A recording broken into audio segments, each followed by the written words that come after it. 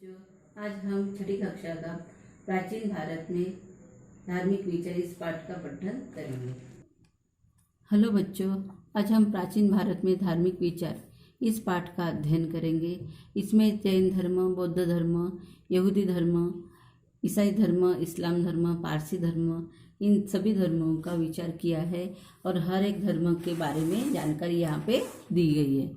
वैदिक युग के अंतिम चरण में यज्ञ विधियों की छोटी छोटी बातों को अनावश्यक महत्व प्राप्त हो गया था। इन छोटी छोटी बातों का ज्ञान केवल पुरोहित वर्ग को ही था। अन्य वर्गों को उन बातों का ज्ञान प्राप्त करने की स्वतंत्रता नहीं थी। वर्ण व्यवस्था के नियम और बंधन अत्यंत कठोर बनते गए थे। मनुष्य के कर्म और पुरुषार्थ की अपेक्षा उसका जन्म किस वर्ण में हुआ, इसके आधार पर समाज में उसका स्थान निश्चित किया जाने लगा।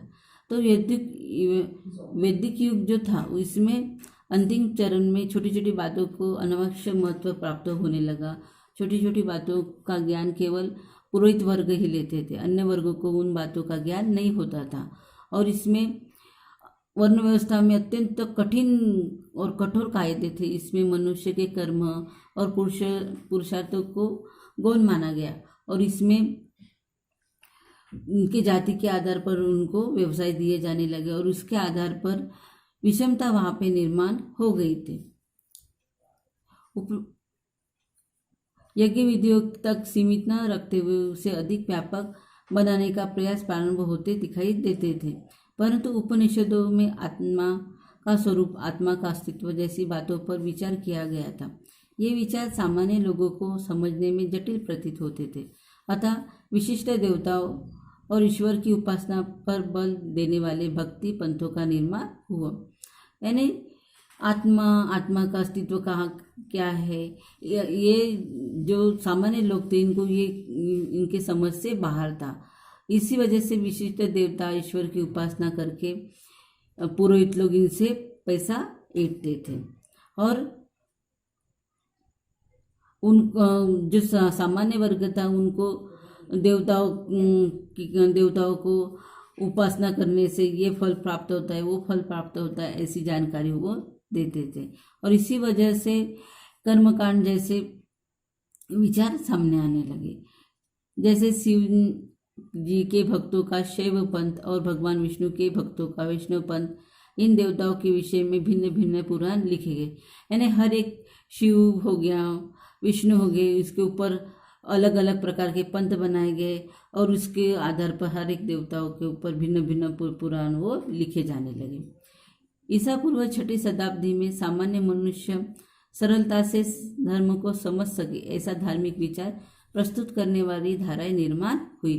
प्रत्येक व्यक्ति को स्वयं की उन्नति का मार्ग खोजने का स्वतंत्रता प्राप्त है, इसका बोध अनेकों को हुआ। इसी बोध द्वारा कालांतर में नए धर्मों का उदय हुआ। इन धर्मों ने पूरी स्पष्टता से यह कहा कि व्यक्ति की उन्नति उनके लिए जात पात का भेदभाव को कोई महत्व नहीं रखता। इन धर्मों के लोगों के मन पर शुद्ध आचरण का महत्व अंकित होने लगा। नए धार्मिक विचारों के प्रवर्तकों में वर्धमान महावीर और गौतम बुद्ध के कार्य विशेष महत्वपूर्ण माने जाते हैं।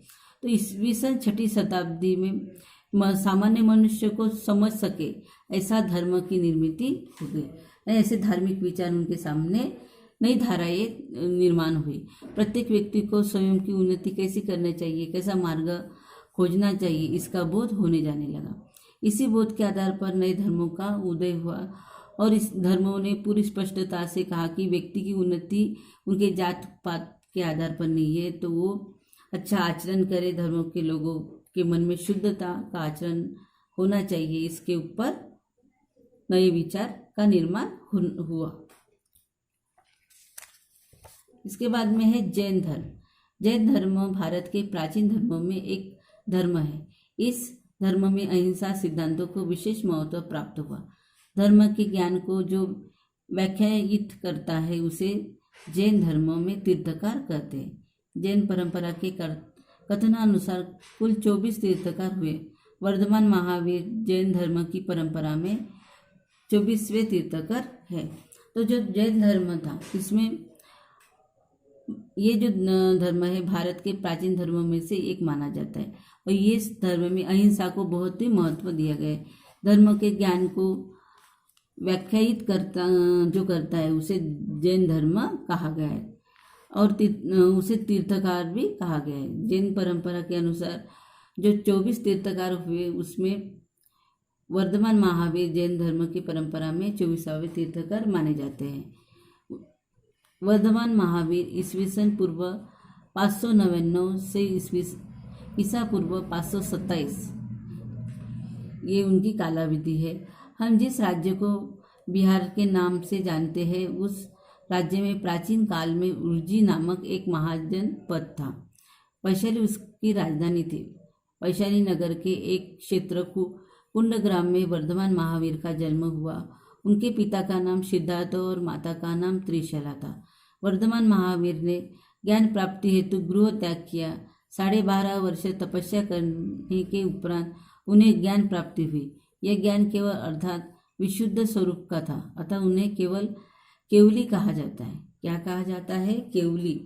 शरीर को सुखदायी अनुभव होने वाली बातों से होने वाला आनंद और दुखदायी बातों से होने वाली पीड़ा का स्वयं पर कुछ भी प्रभाव न होने देना ही विकारों पर विजय प्राप्त करना है। ऐसी विजय उन्होंने प्राप्त की, अतः उन्हें जीन अर्थात विजेता कहा गया। जिन शब्दों से जैन शब्द उत्पन्न होता है। विकारों पर विजय प्राप्त करने वाले महावीर अतः वर्धमान को महावीर कहा जाता है। तो इसमें वर्धमान महावीर जिस राज्य को बिहार के नाम से जाना जाता है उस राज्य में प्राचीन काल में उरुजी नामक एक महाजन पद हुआ करता था और उसकी राजधानी क्या थी? वैशाली थी। और इस नगर में कुंडग्राम में वर्धमान महावीर का जन्म हुआ था। उनके पिता का नाम सिद्धार्थ और माता का नाम त्रिशला था।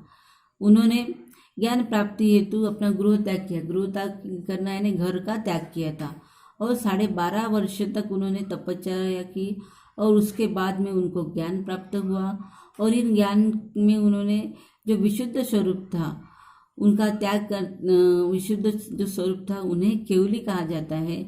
इसमें शरीर को सुखदायी अनुभव होना, दुखदायी बातों से होने वाली पीड़ा, इन सभी का वो जो त्याग करता है, इन विकारों पर जो विजय प्राप्त करता है उसे विजयी कहा जाता है, ऐसा उन्होंने कहा और उसे ही जीन अर्थात विजेता कहा जाने लगा। जीन शब्द से ही जैन शब्द की उत्पत्ति हो गई थी, यानी विकारों पर विजय प्राप्त करना ही महान वीर कहा जाता है। ज्ञान प्राप्त करने के पश्चात लोगों को धर्म समझाना अथवा धर्म के मार्गदर्शन करने के लिए उन्होंने 3 वर्ष तक उपदेश किया। लोग धर्म को बड़ी सहजता से और सरलता से समझ सके, इसके लिए उन्होंने लोगों से लोक भाषा में अर्धमागधी में परिचित कराया। उनके द्वारा बताया गया धर्म शुद्ध आचरण पर बल देता है। शुद्ध आचरण के लिए उनके बताए हुए मार्ग का सार पंचमहाव्रत और त्रिरत्न में समावेश है। लोगों को उपदेश करते हुए तीर्थंकरों की जो सभाएं होती थी उन्हें अर्धमागधी भाषा में संवत्सरण कहा जाता है। ये संवत्सरण समानता भाव पर आधारित थे। इन संवत्सरों में सभी वर्णों के लोगों का समावेश, लोगों को वहाँ पे प्रवेश दिया जाता था। तो जो वर्धमान महावीर ने उन्होंने यानी तपश्चर्या की और तपश्चर्या में उन्होंने ज्ञान प्राप्त किया और लोगों को वो जो धर्म है वो अच्छे से समझ सके, उनकी भाषा में समझ सके, इसलिए उन्होंने 3 वर्ष तक उपदेश किया। लोगों को अपना धर्म, लोगों को धर्म बड़ी सहजता से सरलता से समझ सके, इसलिए उन्होंने अर्धमागधी इस लोक भाषा में उनको परिचित कराया। लोगों का उन्होंने बताया कि धर्म कैसा होना चाहिए, शुद्ध, लोगों का आचरण शुद्ध होना चाहिए, इसके ऊपर उन्होंने बल दिया। शुद्ध आचरण के लिए उन्होंने कुछ मार्ग बताए थे, जैसे पंचमहाव्रत है, त्रिरत्न है और इसमें उन्होंने लोगों को उपदेश करते हुए तीर्थंकरों को की सभाएं की, उन्हें अर्धमागधी भाषा में संवत्सरण समझाया। समानता का भाव उन्होंने सभी वर्णों के लोगों को दिया। इसके बाद में है पंचमहाव्रत। जिन 5 नियमों का पालन बड़ी कड़ाई और कठोरता से करना पड़ता है, उन्हें पंच महाव्रत कहा जाता है। इसमें अहिंसा, सत्य, अस्तेय, अपरिय, ग्रह, ब्रह्मचर्य, इन बातों का उल्लेख किया गया है, जिसे पंच महाव्रत कहा जाता है। त्रिरत्न, सम्यक दर्शन, सम्यक ज्ञान, सम्यक चरित्र, ये 3 सिद्धांत त्रिरत्न है। सम्यक का अर्थ संतुलित होता है। आज के लिए इतना ही।